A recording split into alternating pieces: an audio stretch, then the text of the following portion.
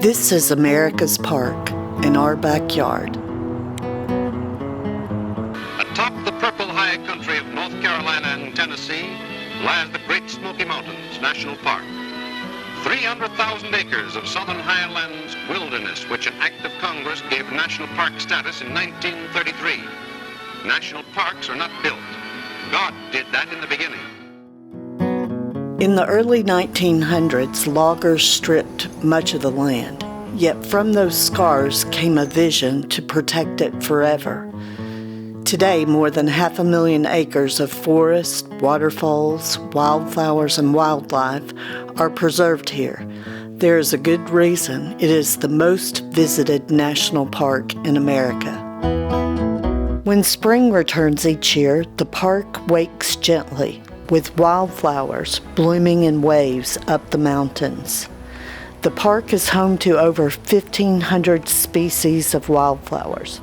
Enthusiasts plot the elevations, blooming times, and the weather to find an incredibly diverse array of wildflowers from March until June. This is the Smokies at its best. By summer, the forest hums with life.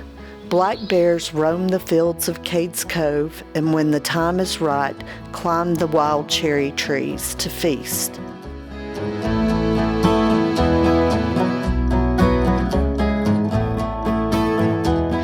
The elk were eradicated from the park in the late 1800s.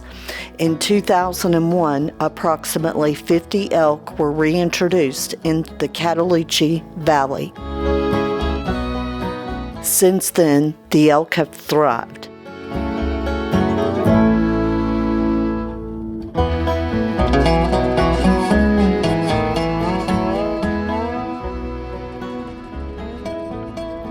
They wade through the Oconaluftee River, and in the fall, as the rut season begins, their calls echo through the valley.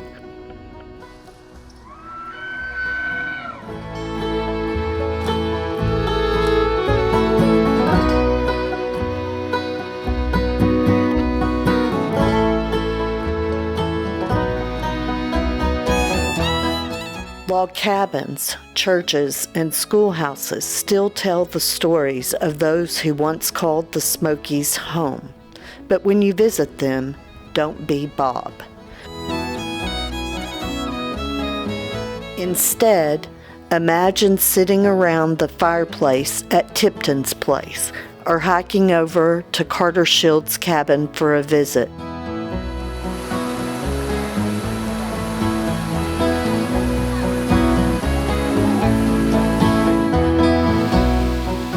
Get off the beaten path and get lost in the woods. Places like the Cathedral, Midnight Hole, and Spruce Flat Falls are beautiful places to create lasting memories.